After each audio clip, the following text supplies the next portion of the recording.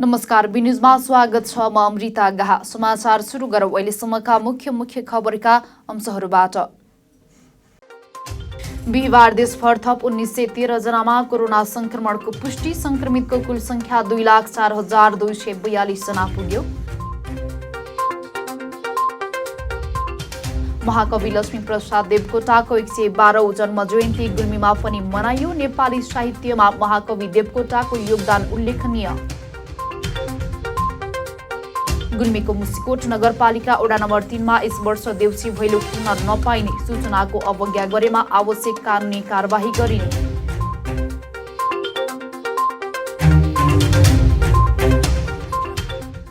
र झिनिया रोटी पाल्पाका केही परिवारको जीविकोपार्जनको माध्यम बन्दै वार्षिक 8 लाखसम्मको आमदानी गर्दै।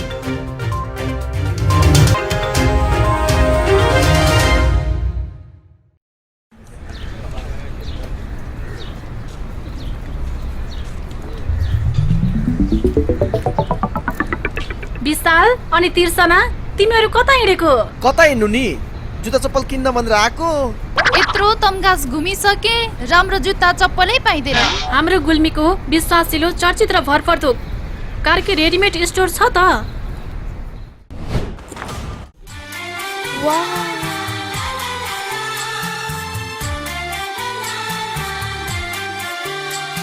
हामी कहाँ Shikhar, Royal, Rocket, BF, Black Horse लगायत विभिन्न ब्रान्डका party shoes, sports shoes, school सुजका साथै लेडिज जेन्ट्स तथा बच्चाका हरेक प्रकारका फेन्सी रेडिमेड कपडाहरू, ब्यागहरू थोक तथा फुटकर मूल्यमा बिक्री गरिन्छ। Proprietor Arjun Karki. Phone number 079 520 Karki readymade and shoes centre, Tamghas, Gulmi. एक पटक आएर त हेर्नुहोस्। नेपाल विकासशील देश हो। यहाँ हरेक दिन विकास निर्माणका काम भइरहेका छन्। राम्रो विकास, दिगो र गुणस्तरीय विकास तपाईँ, हाम्रो र सन्ततिको उज्जवल भविष्यको सुरुवात हो। तीव्र गतिमा भइरहेको विकासको हरेक गतिविधिमा तपाईँ हाम्रो नजर जानै पर्दछ। तपाईँ हामीले तिरेको करको सही सदुपयोग हुनै पर्दछ। त्यसैले निर्माण क्षेत्रमा के भइरहेको छ, के कस्ता समस्याहरू छन् र के गर्दा उचित हुन्छ, अब हाम्रो सरोकारको विषय बनेको छ। त्यसैले हामीले लिएर आएका छौँ जनसरोकारको कार्यक्रम।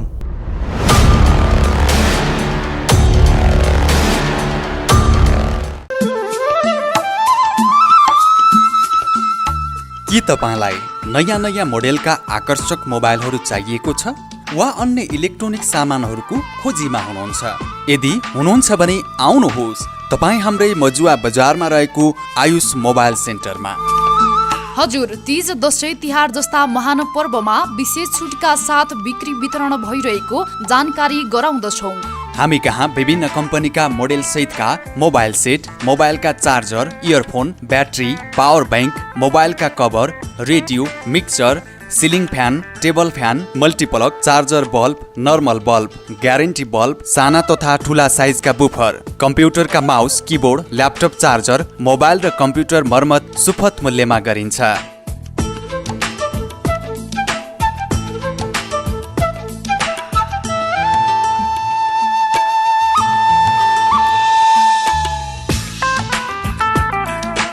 सम्पर्क Ayush mobile computer and electronics, Chandrakot 8, Majuwa Bazar, Gulmi. मूल्यमा ठगिनु पर्दैन, सस्तो र टिकाउ सामान सबैले लैजाउँ।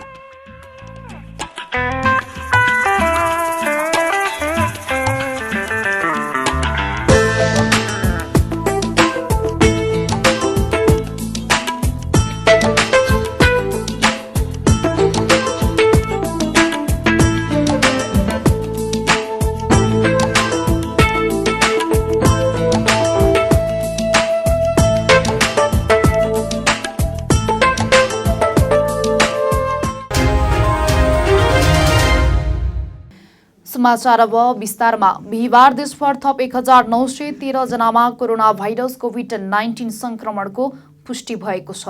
स्वास्थ्य तथा जनसङ्ख्या मन्त्रालयका अनुसार पछिल्लो 24 घण्टामा देशका विभिन्न भागमा 1913 जना संक्रमित थपिएसँगै नेपालमा संक्रमितको कुल संख्या 2,04,242 जना पुगेको छ। त्यस्तै पछिल्लो 24 घण्टामा देशभर 2,349 जना निको भएर घर फर्किएका छन्। 2,349 जना निको भएसँगै डिस्चार्ज हुनेको कुल संख्या नेपालमा 1,64,592 जना पुगेको छ। त्यस्तै देशभर सक्रिय संक्रमितहरूको संख्या 38,461 जना रहेको छ। यसैगरी क्वारेन्टिनमा रहनेको संख्या 974 जना रहेको छ। पछिल्लो 24 घण्टामा देशभर 10,022 जनाको पीसीआर परीक्षण हुँदा हालसम्म कुल 15,84,317 जनाको पीसीआर परीक्षण सम्पन्न भएको छ। यसैगरी पछिल्लो 24 घण्टामा 15 जना संक्रमितको मृत्यु हुँदा नेपालमा कोरोना संक्रमणबाट मृत्यु हुनेको संख्या 1,189 जना पुगेको छ। महाकवि लक्ष्मीप्रसाद देवकोटाको 112औं जन्म जयन्ती गुल्मीमा पनि मनाइएको छ। किरण पुस्तकालयको 53औं वार्षिक उत्सवमा किरण पुस्तकालयले देवकोटाको जन्म जयन्ती कार्यक्रम गरेको हो। विगतका वर्षमा जस्तै यस वर्ष तिहार पर्व पछि परेकोले यस वर्ष जन्म जयन्ती कार्यक्रम ढिलो भएको छ।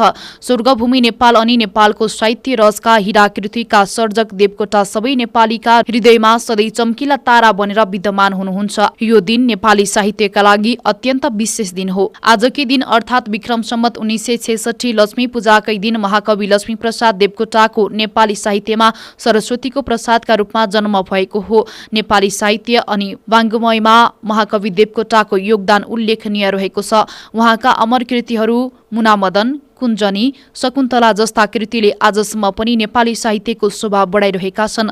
3 महिनामा शकुन्तला काव्य लेख्न सक्ने, 10 दिनमा सुलोचना लेखेर भ्याउने र 1 दिनमा कुञ्जिनी लेखेर भ्याइदिने देवकोटाको जन्म आजकै दिन अर्थात् लक्ष्मी पूजाकै दिन जन्म भएको हो। कार्यक्रममा सभाध्यक्ष तथा किरण पुस्तकालयका संस्थापक एवं वर्तमान उपाध्यक्ष शशि पन्थीले किरण पुस्तकालयको 53औं वार्षिक उत्सव तथा देवकोटाको जन्म जयन्ती कार्यक्रममा बोल्दै उहाँले कोभिडको समयमा पनि कार्यालयबाट हुने कामहरू सुचारू भएको बताउनुभयो। लक्ष्मीप्रसाद देवकोटाको जन्मदिनको अवसरमा देवकोटाको प्रशंसा गरेर नसकिने उहाँले बताउनु भएको छ।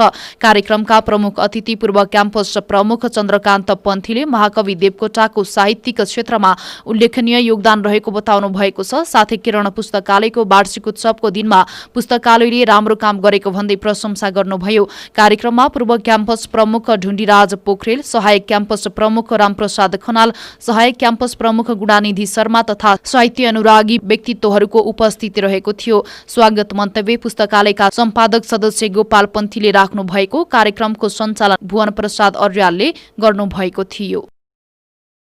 गुल्मीको मुसिकोट नगरपालिका वडा नम्बर 3 भित्र यस वर्ष देउसी भैलो खेल्न नपाइने भएको छ। मुसिकोट नगरपालिका वडा नम्बर 3 कार्यालयले बिहिबार सूचना जारी गर्दै नेपालीहरूको महान पर्व शुभ दीपावलीको अवसरमा खेलिने देउसी भैलो कार्यक्रम नगर्न र नगराउन जानकारी गराएको छ। विश्वव्यापी महामारीको रूपमा कोरोना भाइरस कोभिड-19 को संक्रमण वडाभित्र समुदाय स्तरमा तीव्र रूपमा फैलन सक्ने सम्भावित संक्रमणको जोखिमलाई रोकथाम, नियन्त्रण तथा न्यूनीकरणका लागि आउँदै गरेको तिहारमा देउसी भैलो नखेल्न जानकारी गराइएको मुसिकोट नगरपालिका वडा नम्बर 3 का वडाध्यक्ष कर्ण बहादुर जीसीले बताउनु भएको छ। साथै उहाँले सूचनाको अवज्ञा गरेमा संक्रामक रोग ऐन 2020 अनुसार कारबाही गरिने पनि बताउनु भएको छ। नगरपालिकाको कार्तिक 27 गतेको वडा समितिको बैठकको निर्णय अनुसार देउसी भैलो कार्यक्रम नगर्न र नगराउन हुन सूचना मार्फत जानकारी गराइएको सहकर्मी सुनिल न्यौपानेले जानकारी दिनुभएको छ। राष्ट्रव्यापी अनलाइन निबन्ध प्रतियोगितामा सहभागी भएकाहरूलाई गुल्मी जिल्लामा सम्मान गरिएको छ। कोरोना संक्रमणको खाली समयलाई सदुपयोग गर्दै यही वैशाख 1 गतेदेखि जेठ 18 गतेसम्म प्रतियोगिता सम्पन्न भएको थियो। बुद्धभूमि निबन्धको आयोजनामा निबन्ध प्रतियोगिता गरिएको थियो। कार्यक्रमका प्रमुख अतिथि नेपाल पत्रकार महासंघ गुल्मीका अध्यक्ष नवराज भूषालले धूम्रपान, मध्यपान र लागू पदार्थको लागि परिवारको भूमिका भन्ने विषयमा सफल हुने प्रतियोगीहरूलाई बधाई दिनुभएको थियो।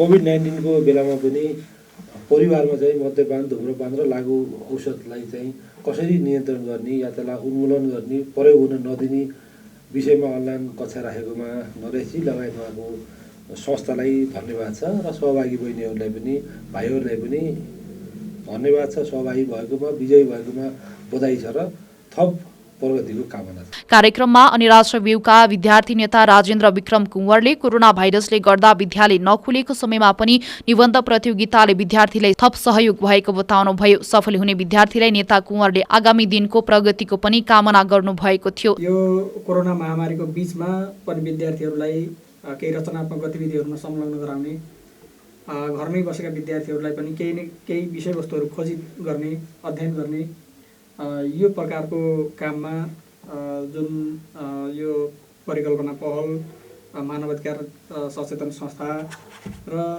यो काममा संयोजन गर्ने भूमिकामा जुन नरेश भण्डारीज्यूले पहल गर्नुभएको छ, यो प्रशंसनीय छ र यो खालका गतिविधिहरूले विद्यार्थीहरूलाई उनीहरूको चौतर्फी विकासका लागि, उनीहरूमा अन्तर्निहित क्षमतालाई प्रस्फुटित गर्ने र विकास गर्ने आवश्यक अवसरहरू सिर्जना गर्नका लागि जे भूमिका खेल्नुभएको छ, म धन्यवाद भन्न चाहन्छु र आगामी दिनमा यस्ता प्रकारका गतिविधिहरूमा निरन्तरता सहित अघि बढ्नुहुनेछ भन्ने अपेक्षा गर्दछु र भाइ बहिनीहरूलाई म धेरै धेरै बधाई, धेरै धेरै शुभकामना भन्न चाहन्छु र यो प्रतियोगितात्मक काममा सहयोग गर्नुहुने सबै सहयोगीहरूलाई पनि म धन्यवाद भन्न चाहन्छु। सामाजिक सञ्जालमा निबन्ध प्रतियोगिता हुने भन्ने सूचना आएपछि आफू सहभागी भएको र निबन्ध प्रतियोगितामा विजेता हुँदा खुसी लागेको सृजना पराजुलीले बताउनुभयो। मैले बुद्धभूमि न्युजबाट राष्ट्रव्यापी अनलाइन निबन्ध प्रतियोगिता हुँदैछ भन्ने थाहा पाएँ अनि मैले पनि पार्टिसिपेट लिनुपर्छ, यस्तो समयमा मैले अवसर गुमाउनु हुँदैन भनेर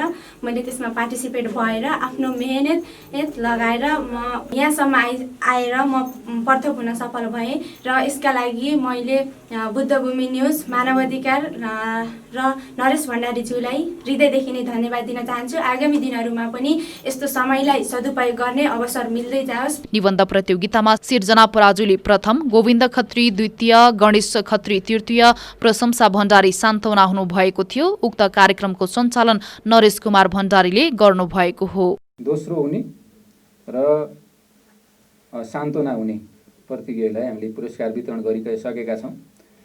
यसमा यो प्रतियोगितामा प्रथम चाहिँ इस्मा गाउँपालिका वार्ड नम्बर 6 की सिर्जना पराजुली प्रथम हुनुभएको छ। कुल 100 अङ्कमा 76.33 अङ्क प्राप्त गरेर प्रथम हुनुभएको छ भने द्वितीय हुने गोविन्द भण्डारी, धुर्कोट गाउँपालिका वार्ड नम्बर 6 का गोविन्द भण्डारी द्वितीय हुनुभएको थियो। उहाँले चाहिँ 71.33 अङ्क प्राप्त गर्नुभएको थियो। त्यसै गरी तृतीय हुने महेन्द्र माविका छात्र गणेश खत्री हुनुहुन्छ, उहाँले चाहिँ 56 अङ्क प्राप्त गरेर तृतीय हुनुभएको छ। त्यसै गरी सान्तवना पुरस्कार प्राप्त गर्ने धुर्कोट गाउँपालिका वार्ड नम्बर 5 हिमालय माविका कक्षा 9 मा पढ्ने छात्रा प्रशंसा भण्डारी हुनुहुन्छ, उहाँले 55.67 अङ्क प्राप्त गर्नुभएको थियो। र यसरी हामीले प्रतियोगीलाई यो अनलाइन प्रतियोगिताबाट पुरस्कृत गरेका छौँ, छनौट गरेका छौँ। समाचारमा पालो भएको छ विश्रामको। विश्रामपछि पुनः उपस्थित हुने नै छौँ।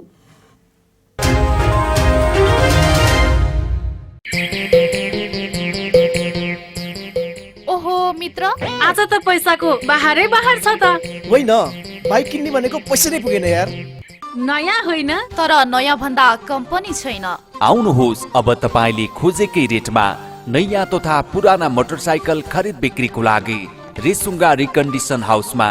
विभिन्न कम्पनीका मोटरसाइकल खरिद बिक्रीका लागि हामीलाई सम्झनुहोस्। सम्पर्कका लागि Resunga recondition Tamghas Gulmi. Phone number 9861717976 र 9842766136। एक पटक चलाएर त हेर्नुहोस्। Evergreen party palace and restaurant. हामी कहाँ एसी रुम तथा नन एसी रुम, 24 घण्टा तातो चिसो पानीको व्यवस्था, शान्त रमणीय वातावरणमा 24 घण्टा गाडी रिजर्भको पनि व्यवस्था छ। Our services. We are open for birthday party, wedding party, seminar reservation, all kinds of fast foods and home delivery also available.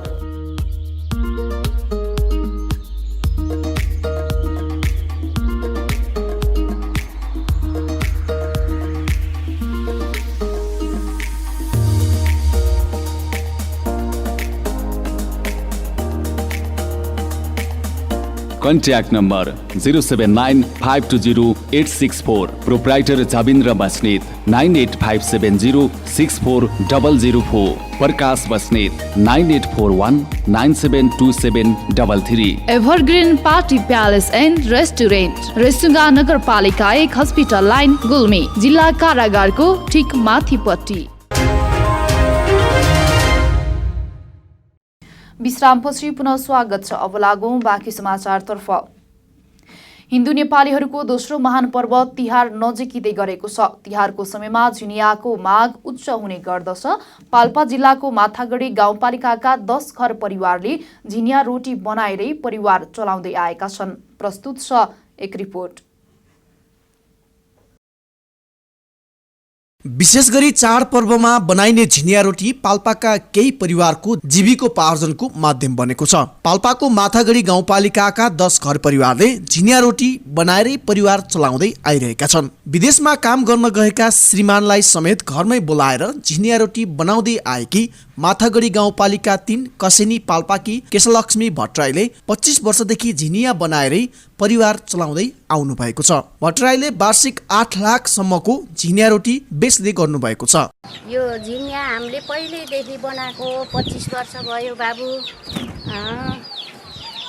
यो उत्पादन गर्नलाई अब धेरै परिवार हुने अन्त सजिलै छ। थोरै हामी त अब 3 जना अहिले 3 जनाले गरिराखेछौँ। छोरी छन् अनि बुढो र मले गरिराखेछौँ। उत्पादन त अब गर्न सके राम्रै हुन्छ। अब कहिलेकाहीँ पानी आउँदा दुःख हुन्छ, नाइबा त ठिकै हो आम्दानीहरू हुन्छ। हामी परिवारलाई अब खानलाई जनतन अलिअलि निर्वाह चलेकै छ। यसैबाट 25 वर्ष भयो। पहिला अब थोरै पैसाबाट लगानी सुरु गरियो। अहिले त अब वर्षमा लगभग 1.5 जति बचाउँछौँ हामीले, खानलाई पुर्याउँछौँ। तिहारको समयमा झिनियाको माग उच्च हुने गर्दछ। पछिल्लो समयमा सहरका व्यापारीहरूले पनि घरमै आएर झिनिया लग्ने गरेका छन्। 4 वर्षदेखि झिनिया बनाउँदै आएका नवल प्रसाद श्रेष्ठले वर्षमा झिनिया उत्पादनबाट खर्च कटाएर 3 लाख रुपियाँ बचत गर्न सफल भएको बताउनुहुन्छ। दर्जनको 100 रुपियाँमा बिक्री हुने झिनिया रोटी बनाउन पनि खासै दुःख नभएको र घरको काम गर्दै आय आर्जनको राम्रो माध्यम बनेको श्रेष्ठको भनाइ छ। उहाँले हातमा सिप भएपछि घरमै बसेर आय आर्जन गर्न सकिने बताउनुभयो। दसैँ तिहारमा मात्रै हो, अरू बेला फाटेफुटे अलिअलि अब बिग्छ।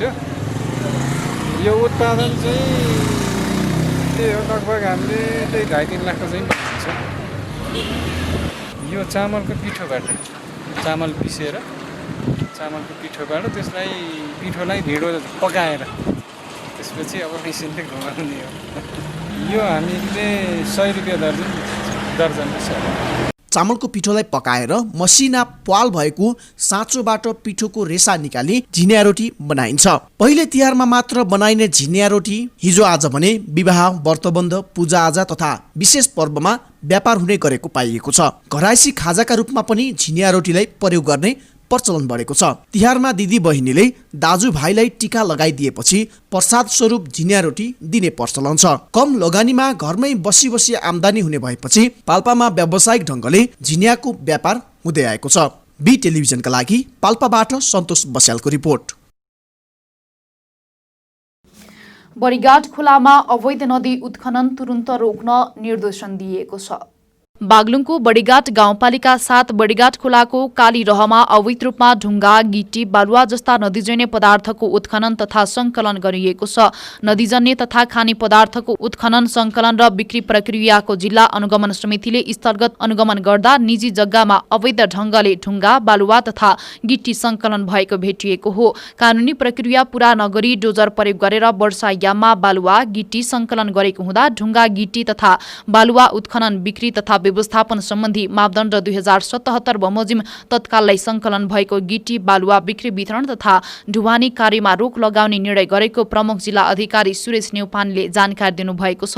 अनुगमन समितिले बडीघाट गाउँपालिकाले वातावरणीय अध्ययन लगायत कानुनी प्रक्रिया पुर्याई ढुङ्गा गिटी बालुवा सङ्कलन बिक्री वितरण गर्ने व्यवस्था मिलाउने र उक्त व्यवस्था नभएसम्म नदी उत्खननका कुनै पनि गतिविधि गर्न निषेध गरेको छ। जिल्ला समन्वय समितिको प्रमुख तथा नदीजन्य पदार्थको उत्खनन सङ्कलन तथा बिक्री वितरण सम्बन्धी जिल्ला अनुगमन समितिका संयोजक राजेन्द्र ढुङ्गानाको संयोजकत्वमा बडीघाट गाउँपालिका, गलकोट नगरपालिका र ढोरपाटन नगरपालिकाका नदी तथा खोलाहरूको क्रसर उद्योगहरूमा अनुगमन गरेको थियो। समितिले गलकोट नगरपालिका 6 दरमखोला नजिक सञ्चालित सिद्ध भैरव क्रसर उद्योग र गलकोट नगरपालिका 11 मा सञ्चालित ढोरपाटन क्रसर उद्योग एन्ड कन्स्ट्रक्सन प्रणालीलाई उद्योग सञ्चालनको लागि आवश्यक कागजात पेश गर्न निर्देशन दिँदै कागजात उपलब्ध नभएसम्मको लागि तत्काल उद्योगका सम्पूर्ण कार्य रोक्न निर्देशन दिएको प्रमुख जिल्ला अधिकारी न्यौपानेले बताउनु भएको छ। हामी समाचारको अन्त्यमा छौं, तर विदा हुनु पूर्व यस प्रसारणका मुख्य समाचार पुनः एकपटक। बिहिबार देशभर थप 1913 जनामा कोरोना संक्रमणको पुष्टि, संक्रमितको कुल संख्या 2,04,242 जना पुग्यो। महाकवि लक्ष्मीप्रसाद देवकोटाको 112औं जन्म जयन्ती गुल्मीमा पनि मनाइयो। नेपाली साहित्यमा महाकवि देवकोटाको योगदान उल्लेखनीय। गुल्मीको मुसिकोट नगरपालिका वडा नम्बर 3 मा यस वर्ष देउसी भैलो खेल्न नपाइने सूचनाको अवज्ञा गरेमा आवश्यक कानुनी कारबाही गरिने।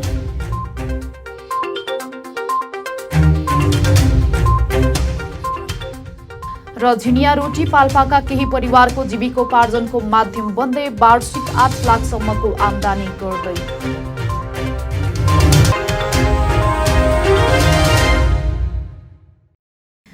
अहिलेलाई बी न्यूज यति नै। हेर्दै गर्नुहोला BTV HD।